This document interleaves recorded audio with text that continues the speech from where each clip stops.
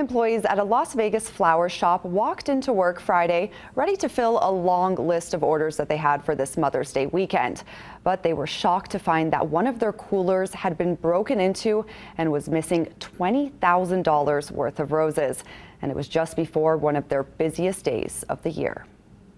Surveillance video from early Friday morning shows a van with an Enterprise logo pulling into the parking lot outside Vegas Rose Flowers in Henderson. Then 3 people breaking into a locked cooler and loading 100 boxes of roses and greenery into the van. That whole process took maybe like 5-6 minutes. I mean, they were very fast.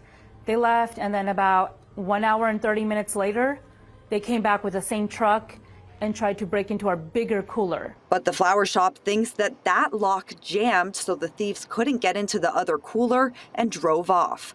The flower shop lost 70% of their inventory that night, worth at least $20,000, including 2 rare brands of roses that are imported from Ecuador and that you can't find anywhere else in Vegas. So they're asking everyone to keep an eye out for people selling roses that look like this. We're the only store that actually has those 2 brands, which is, one brand is Rosadex and one brand is Katerina. I'm assuming they took it obviously to sell to other shops or maybe on the streets. It was a big loss for the family-owned flower shop just before a busy Mother's Day weekend.